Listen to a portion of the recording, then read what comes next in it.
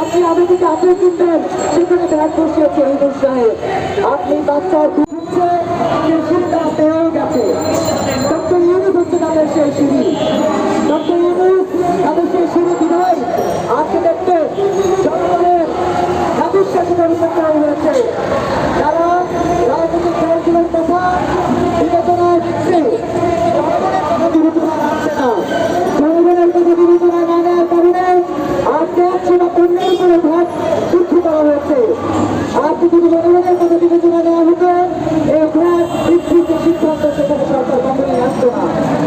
আজকে কোথাও কোথাও তারা কিন্তু সংস্কার করবে, আসলে তারা সংস্কার করবে না, তারা কোনো না কোনো চক্রকে ক্ষমতা আসতাম শুরু করে দিচ্ছে। বন্ধুরা আমার, আজকে সাধারণ মানুষের পক্ষে তারা কথা বলে না। বাংলাদেশের নির্বাচনে 47টি দল ধানসিক বলেন, নৌকা বলেন, লাঙল বলেন, জনগণের সঙ্গে ভোট দেওয়ার উপরে কেউ কথা বলেনি।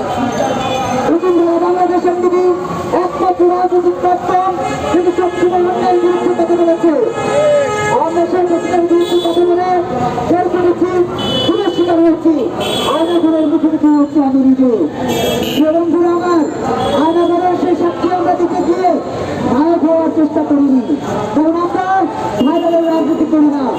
অনেক লোক নিজেরা নাটক বানিয়ে ৮৮ বার হামলার শিকার হয়েছে, ঢাকা বিশ্ববিদ্যালয়ের ৮৭ বার হামলার শিকার হয়েছে বলে বলে ভাইরাল হয়ে জনগণের রক্ত চুষে জন নিবন্ধন করেছে।